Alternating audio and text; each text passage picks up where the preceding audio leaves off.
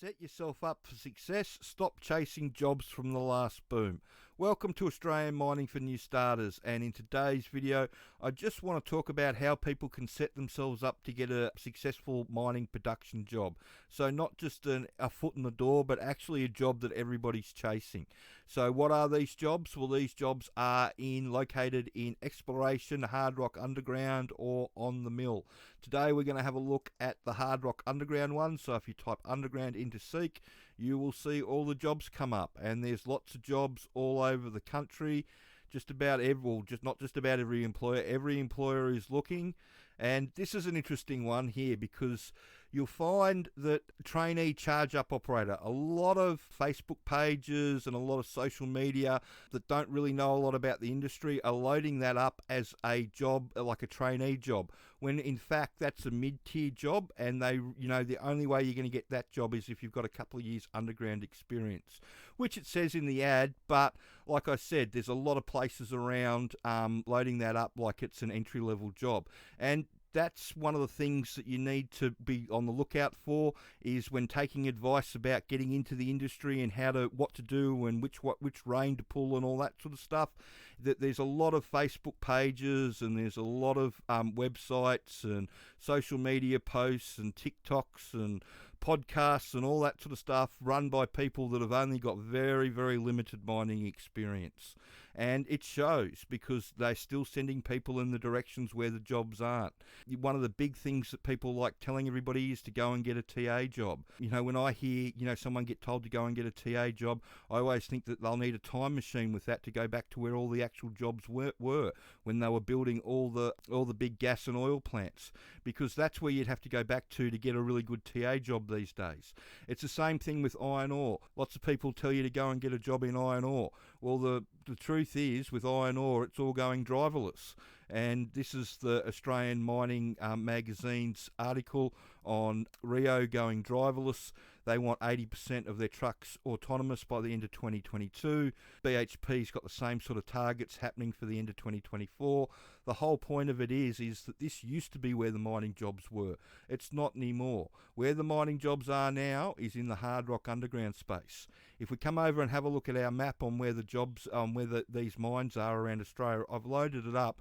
And I've loaded it up for all the hard rock mines that produce stuff that's either gold or goes into batteries. And as you can see, there's lots of stuff around the place. It's all over the place.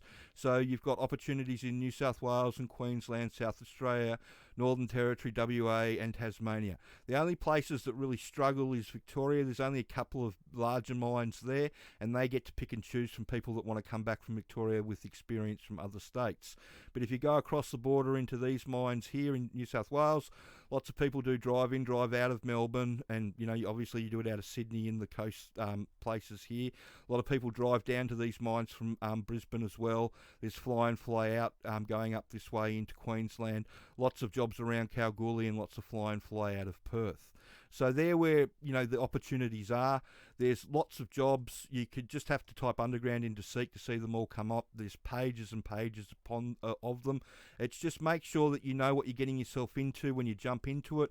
They do have significant turnover, unfortunately, because all the employers, they're forced into a hire first, train second system, because the law actually states here in WA that they have to be able to prove that they've trained and supervised you on site, and that means on-site tickets and procedures. So they can't accept any R2 tickets or anything like that. They've got to issue their own equipment tickets on site and their own procedures.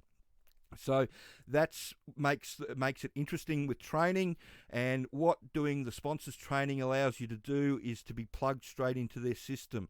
So you already know how it all works, so when you get to site or even when you approach them to get the job, you'll be able to have a conversation with them about the job in the interview.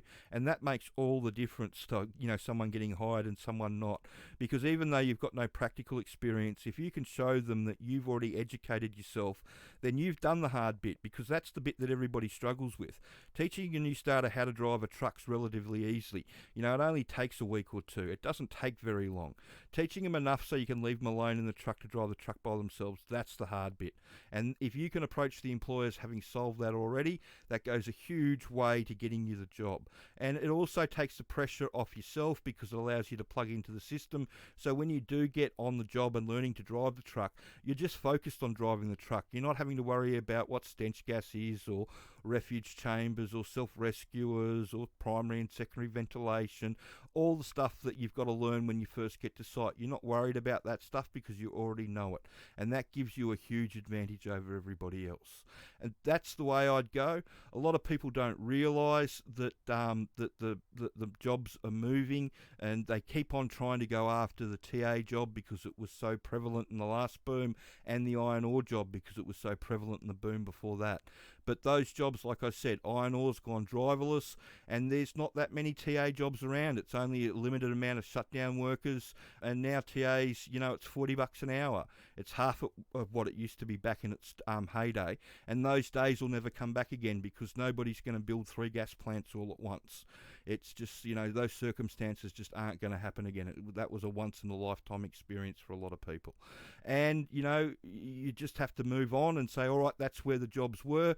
This is where the jobs are now, and start applying if you want a career in mining. Because I watch a lot of people on a lot of Facebook pages bang their head against a brick wall trying to get a job that just doesn't exist anymore.